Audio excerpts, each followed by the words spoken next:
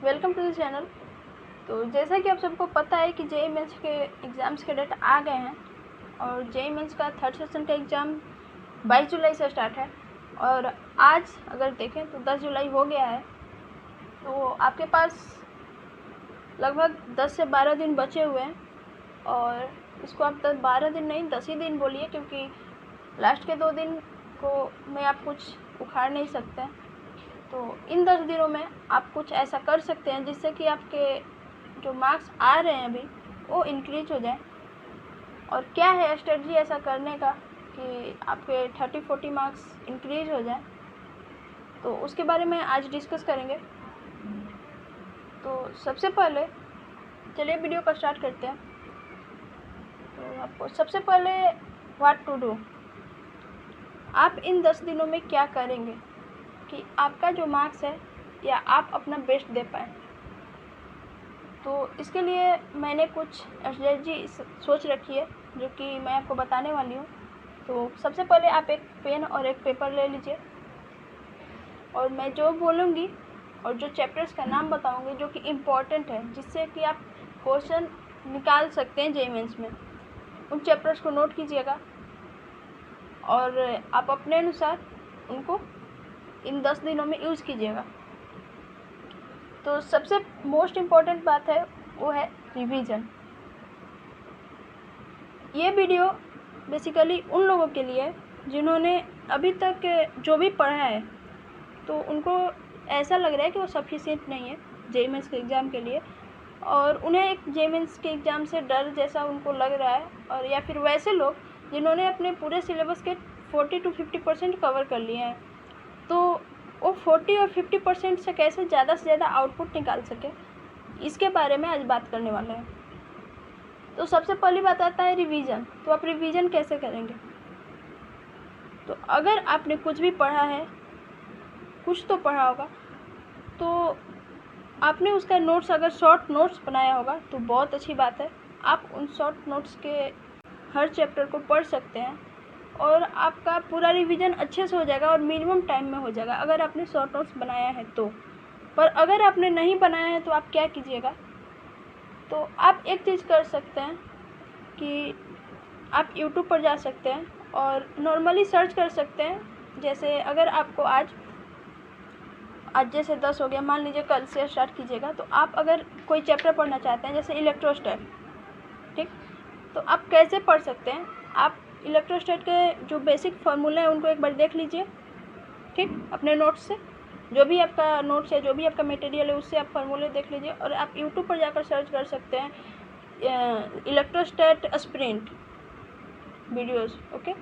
तो आपको 1 आवर का बहुत सारे प्लेटफॉर्म के, बहुत सारे चैनल्स के एक वीडियो मिल जाएगा जिसमें कि उससे क्वेश्चन कराए हुए रहेंगे, तो आप उनको कर लीजिए। आपका पूरा कॉन्सेप्ट क्लियर हो जाएगा उस चैप्टर से रिलेटेड और आपका बहुत अच्छा रिवीजन भी हो जाएगा। तो आप ऐसे कर सकते हैं। तो यहाँ पे बात आती है कि कौन से चैप्टर्स हैं जिन्हें जाकर मुझे सर्च करना चाहिए, कौन से चैप्टर्स हैं जिन्हें मुझे इन 10 दिनों में पढ़ना चाहिए। तो इसके लिए मैंने एक टेबल बना रखा है। जैसे सबसे पहले बात करते हैं मैथ्स की। तो मैथ्स के कौन से चैप्टर्स हैं जिन्हें आपको करना चाहिए और उनसे एक क्वेश्चन मतलब आपको मिल जाएगा। अगर आपने उस पर मेहनत किया तो आपको आउटपुट मिलेगा। तो इसके लिए मैंने ये टेबल बनाया है। तो इसमें आप देख सकते हैं कि मैंने लिखा है easy topics from which minimum 1 question is almost fix. मतलब कि जो ऐसे कुछ चैप्टर्स हैं मैथ्स में जिनसे एक क्वेश्चन पक्का फिक्स है कि आने वाला है, तो आप वैसे चैप्टर्स को देख सकते हैं। जैसे मैट्रिक्स एंड डिटर्मिनेंट। अगर आप मैट्रिक्स एंड डिटर्मिनेंट मतलब पहले से पढ़े हुए हैं, क्योंकि अभी तो आप स्टार्ट बिल्कुल नहीं कर सकते कि आपको कुछ भी नहीं आता और अभी आप स्टार्ट करने जा रहे हैं, तो ऐसा तो आप नहीं कर सकते। तो इसमें से मैंने जो चार्ट बनाया है, इसमें से आप अपने अनुसार अपने पर अप्लाई कर सकते हैं। तो मैट्रिक्स एंड डिटर्मिनेंट, तो अगर आपने पहले से पढ़ रखा है और आपको लास्ट ड्यूरेशन में आपको ऐसा कुछ करना है जिससे कि आपका पूरा कॉन्सेप्ट क्लियर हो जाए जो कि आप पहले से पढ़ रखे हैं, तो आप क्या करेंगे कि मैट्रिक्स एंड डिटर्मिनेंट का आपका जो नोट्स या मटेरियल होगा उसको, उसके थियोरी पार्ट को एक बार बस ऐसे ही फार्मूलाज देख लेंगे कि क्या है, कैसे इन्वर्स निकालते हैं या फिर जो भी हो। और उसके बाद आप जाएंगे यूट्यूब पर और सर्च करेंगे matrix and determinant sprint video. ठीक, तो आपको 1 आवर की एक वीडियो मिलेगी जिसमें कुछ क्वेश्चंस होंगे और वो क्वेश्चंस इस टाइप से होते हैं कि आपका पूरा कॉन्सेप्ट से उसमें क्वेश्चन होता है। जैसे 10 क्वेश्चन है तो आपके 10 टॉपिक या 12 टॉपिक जो भी हैं मैट्रिक्स में उन सब से होगा और इससे आपका पूरा चैप्टर क्लियर हो जाएगा। तो आप ये कर सकते हैं। तो कौन कौन से चैप्टर्स हैं जिन्हें आपको करना चाहिए इन 10 दिनों में? तो फर्स्ट मैट्रिक्स एंड डिटर्मिनेंट ज़्यादा हार्ड टॉपिक नहीं है, अगर आपने कर लिया तो आपसे क्वेश्चंस इसके हो जाएंगे और एक तो आता ही आता है, फिक्स है एक, कभी कभी 2 भी आ सकता है, एक तो आएगा ही। उसके बाद आता है डिफ्रेंशिएशन। अगर डिफ्रेंशिएशन का क्वेश्चन आपको आता है तो आप बहुत इजीली इसको सॉल्व कर सकते हैं, इससे आप 4 मार्क्स आसानी से निकाल सकते हैं। उसके बाद आता है इन्वर्स ट्रिगो। तो इन्वर्स ट्रिगो का क्वेश्चन उतना आता नहीं है, मतलब फिक्स नहीं है कि उससे क्वेश्चन आएगा, बट अगर आएगा और आपने थोड़ा सा भी पढ़ा हुआ है तो आप उसको कर सकते हैं। उसके बाद आता है एप्लीकेशन ऑफ डेरिवेटिव्स, AOD। इससे भी अगर क्वेश्चन आएगा तो आप इसको कर सकते हैं अगर आपने डिफ्रेंशिएशन और ये अच्छे से किया हुआ है तो, पहले से किया हुआ है तो। और बस आपको क्या करना है कि वही करना है, यूट्यूब पर जाकर और हर एक चैप्टर का स्प्रिंट वीडियो देखना है। उसके बाद आता है मैथमेटिकल रीजनिंग। ये एक ऐसा चैप्टर है कि अगर आपने इसको नहीं किया तो जाकर एकदम कर लीजिए। 1 घंटा का वीडियो, आप 1 घंटा का कोई भी यूट्यूब का मैथमेटिकल रीजनिंग का कोई अच्छा सा वीडियो देख लीजिए और आप 4 मार्क्स ले रहे हैं बस।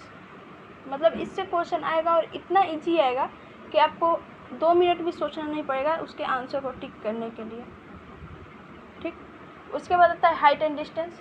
अगर इससे भी क्वेश्चन आते हैं तो ये बहुत इजी आएंगे और बहुत कम लेवल, बहुत इसका लेवल लो होता है, तो इससे क्वेश्चन आएगा तो आप भी कर लेंगे।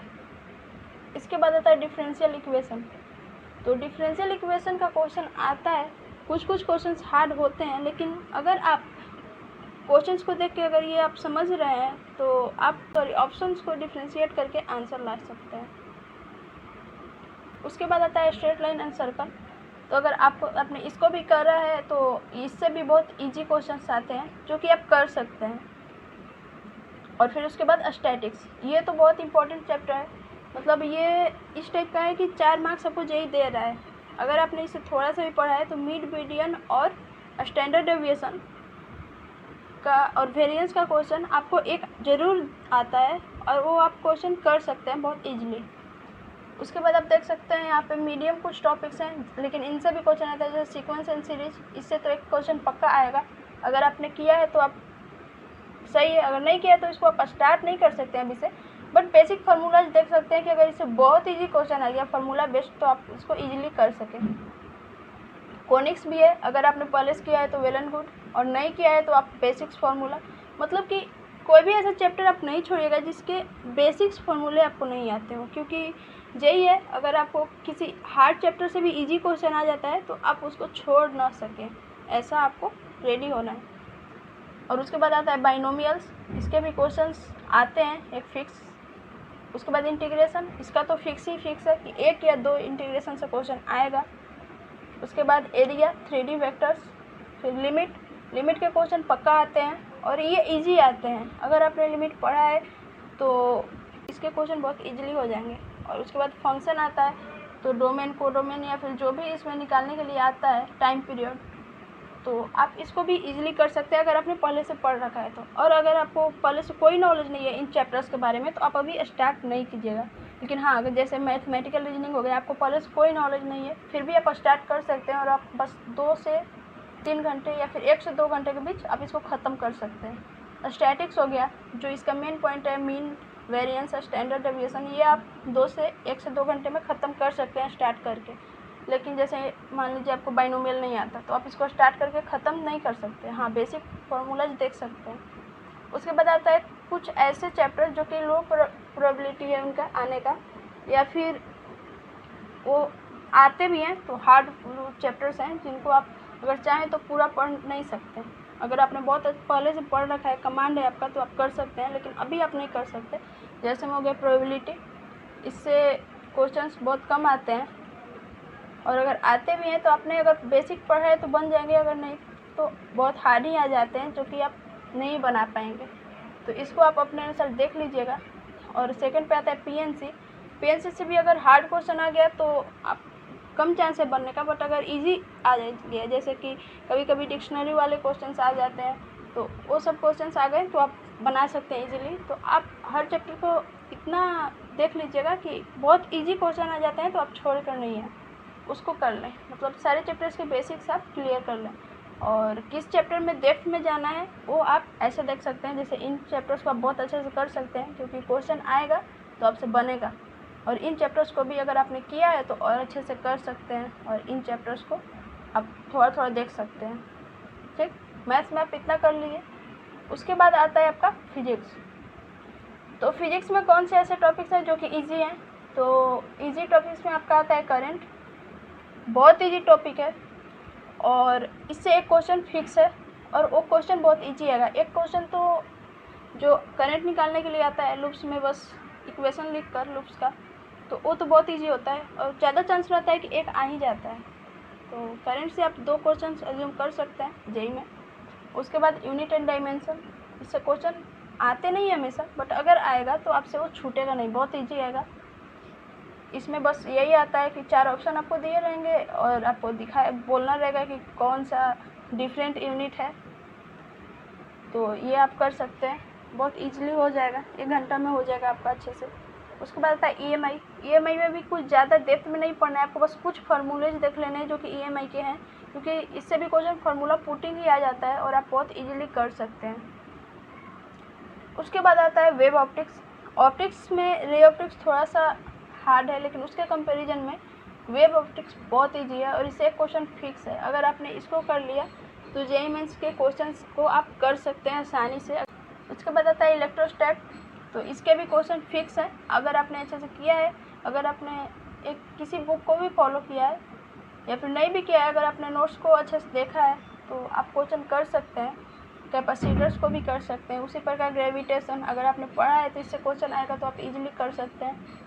Centre of mass and collision and modern physics, बहुत ईजी चैप्टर होती, इसमें 2-3 क्वेश्चंस आप कर सकते हैं। और अगर आपने नहीं भी पढ़ा है तो आप अभी स्टार्ट करके इसको ख़त्म कर सकते हैं और आप मतलब मार्क्स ला सकते हैं। आपको बहुत सारी वीडियोस मिल जाएंगी कि एक 1 शॉट वाली, तो आप उनको देख सकते हैं और इससे आपको मार्क्स आ जाएंगे। और उसके बाद आता है एसएचएम। तो एसएचएम भी आप कर सकते हैं, बहुत इजीली कर सकते हैं, मतलब आप पहले से थोड़े से किए हुए हैं तो वही आप स्प्रिंट वाला वीडियो देख सकते हैं, पूरा फार्मूला आप अपने नोट्स का देख सकते हैं, जस्ट फार्मूला, पूरा थियरी और अंदर जाने की ज़रूरत नहीं है। आप फार्मूला देखिए और क्वेश्चन सॉल्व कीजिए, क्वेश्चन से आपके कॉन्सेप्ट क्लियर हो जाएंगे अगर आपने नहीं किया है पहले तो।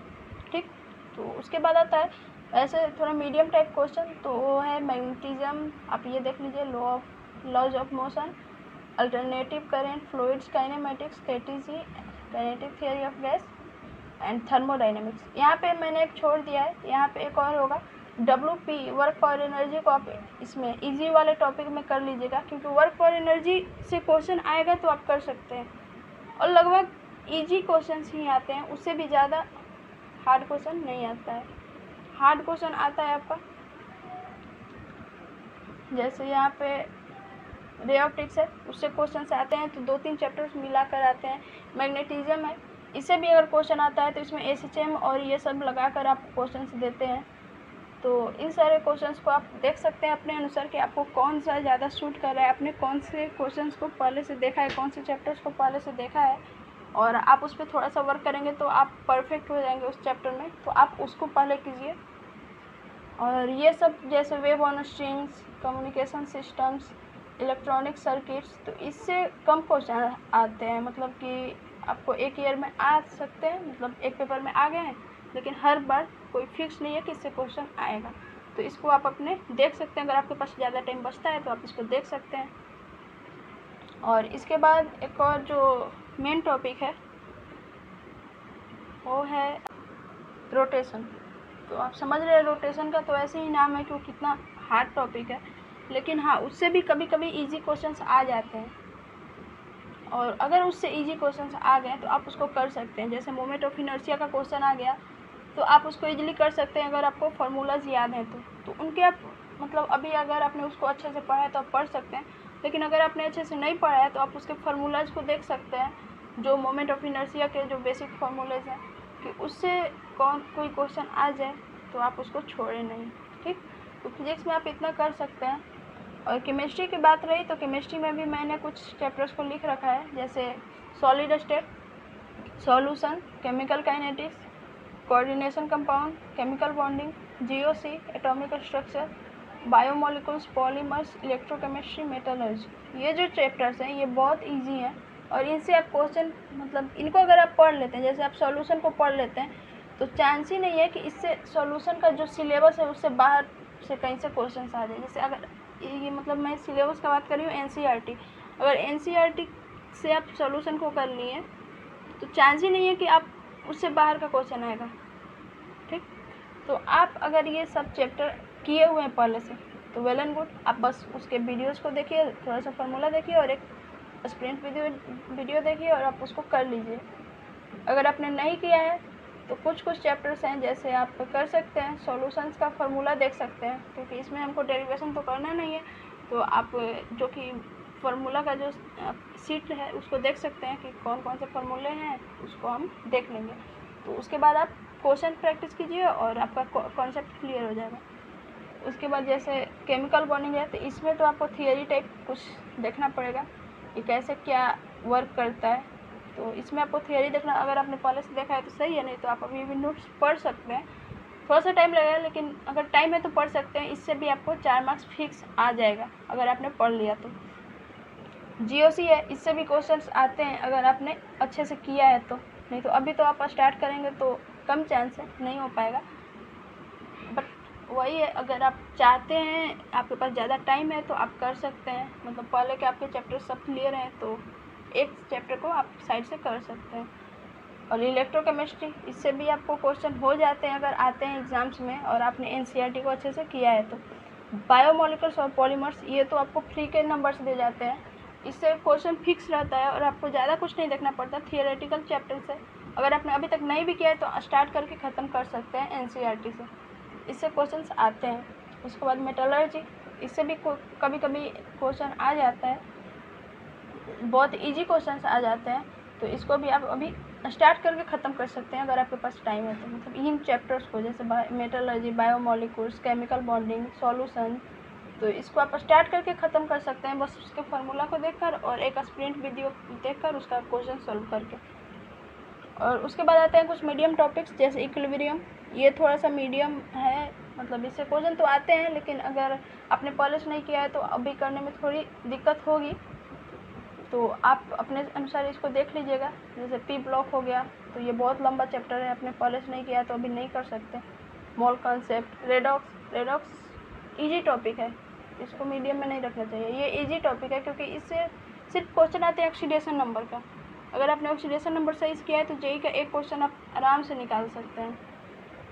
और फिर आता है ऑर्गेनिक कभी आप स्टार्ट तो नहीं कर सकते, लेकिन आपने अगर पहले से किया है तो सही है, क्वेश्चन कर सकते हैं, लेकिन आप चाहेंगे कि अभी से स्टार्ट करें तो नहीं हो पाएगा पूरा ऑर्गेनिक क्लास 12 का, इससे 3 या 4 क्वेश्चन आएंगे। उसके बाद आता है कुछ ऐसे चैप्टर जैसे लो प्रायोरिटी चैप्टर्स में आ गए डी एंड एफ ब्लॉक। अगर आपने पहले से कर रखा है तो आप तो ऐसा तो नहीं है कि अगर क्वेश्चन आएगा तो छोड़ दीजिएगा, अगर कर रखा है तो सही है, लेकिन अगर नहीं किया है तो इसको नहीं कीजिएगा, कोई फ़ायदा नहीं है, क्वेश्चंस बहुत कम चांस होता है आने का और अभी से आप ख़त्म भी नहीं कर सकते इसको। जैसे आईयूपीएससी तो मतलब आप इजीली कर सकते, मतलब नॉर्मल सबको आता ही है तो आप इसको लिख सकते हैं, इसको आपको इसको मुझे इजी टॉपिक्स में डालना चाहिए था, ये बहुत इजी टॉपिक है, आपको स्टार्टिंग से आता है तो इसको इस पर ज़्यादा वर्क करने की ज़रूरत नहीं है। इस ब्लॉक एंड हाइड्रोजन को आप नहीं कीजिए क्योंकि इसका बहुत कम चांस होता है कि इससे क्वेश्चन आएगा। तो ये रहा पूरा केमिस्ट्री का नियम। तो अब बात आती है कि आप इन 10 दिनों में इन चैप्टर्स को अगर अपने अनुसार लिख लिया, जैसे इजी टॉपिक आपके लिए क्या क्या है, आपने कौन कौन से टॉपिक पढ़े हुए हैं, आपको मीडियम टॉपिक कौन कौन से लगते हैं और आपने कौन कौन से चैप्टर्स छोड़े हुए हैं अभी तक आपको नहीं आता है, तो उसके अनुसार आप अपना बना लीजिए। और ये सब चैप्टर्स हैं जिनसे क्वेश्चन आएगा, फिक्स है आएगा, तो आप इससे आप देख लीजिए कितना चैप्टर्स है, उसके अनुसार आप अपना क्वेश्चन फिक्स कर लीजिए कि आएगा ही आएगा। तो इसके अनुसार तो आपको ये चैप्टर्स पता चल गए, जैसे मैथ्स, फिजिक्स एंड केमिस्ट्री के। तो आप इसको कैसे करेंगे, मतलब इस 10 दिन में इन चैप्टर्स को कैसे पढ़ेंगे। तो आप क्या कीजिए, जैसे मैथ्स लिए, आपने मैथ्स लिया तो एक चैप्टर इसमें से आप रख लीजिए 10 दिन के लिए, अपना एक शेड्यूल बना लीजिए, एक या 2 चैप्टर इसमें से रख लीजिए। और उसके बाद फिजिक्स से एक चैप्टर जैसे करंट रख लिया और इससे सॉलिड स्टेट रख लिया। तो ये चैप्टर्स आप रख लीजिए। और उसके बाद आप क्या कीजिए कि पहले इन चैप्टर्स के थियरी पार्ट को देखिए, थोड़ा सा फार्मूला देख लीजिए। और उसके बाद आप गूगल यूट्यूब पे जाइए और सर्च कीजिए स्प्रिंट, उस चैप्टर का स्प्रिंट वीडियो, और उसको देख लीजिए। और वो चैप्टर फिर आपका पूरा रिवीजन हो गया। आपको एक और मेन चीज़ करना है, वो करना है टेस्ट।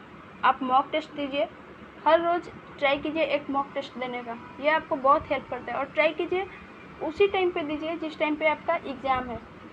तो ये आपको बहुत हेल्प करेगा, बहुत ही ज़्यादा हेल्प करेगा। मान लीजिए 2-2 आवर अगर एक चैप्टर को देते हैं, जैसे 1 घंटा रिवीजन और 1 घंटा क्वेश्चन प्रैक्टिस, तो 6 घंटा, उसके बाद 3 घंटा का आप टेस्ट देंगे, 9 घंटा। और आप एक दिन बीच करके भी टेस्ट दे सकते हैं। और दूसरे दिन का जो 3 घंटा रहेगा उसमें आप प्रीवियस ईयर क्वेश्चंस भी देख सकते हैं। प्रीवियस ईयर क्वेश्चन अगर आपने पहले से किया है तो बहुत अच्छा है, लेकिन नहीं किया है तो आप उसको देख सकते हैं, वो आपको बहुत हेल्प करेगा। तो आप बस इतना कीजिए, ठीक। तीनों सब्जेक्ट के हर एक चैप्टर को रिवाइज कीजिए और उसका आप वीडियो देखिए, उससे क्वेश्चन सॉल्व कीजिए। उसके बाद आप एक मॉक टेस्ट दीजिए और उसके बाद आप एक प्रीवियस ईयर क्वेश्चन सॉल्व कीजिए। और 10 दिन में आप जितना कर सकते हैं यही कीजिए। इसके अलावा आप कुछ इधर उधर नहीं देखिए कि कोई नया चैप्टर पढ़ लेते हैं या फिर कोई एस ब्लॉक पी ब्लॉक नहीं किया है तो उसको कर लेते हैं क्योंकि उससे क्वेश्चन आते हैं। तो आप नया कुछ नहीं कीजिए, जो आता है उसी पर कमांड बनाइए। और हाँ, कॉन्फिडेंट रहिए कि मतलब डरिए नहीं, डरने से आपका मार्क्स कम ही होता है, कभी बढ़ेगा नहीं। आप कॉन्फिडेंट रहिए कि जो भी आएगा आप लिखेंगे, वहाँ पे नर्वस नहीं होंगे, बस आपका मार्क्स 30 to 40 मार्क्स आपका बढ़ जाएगा। तो आज के लिए इतना ही, मिलते हैं नेक्स्ट वीडियो में।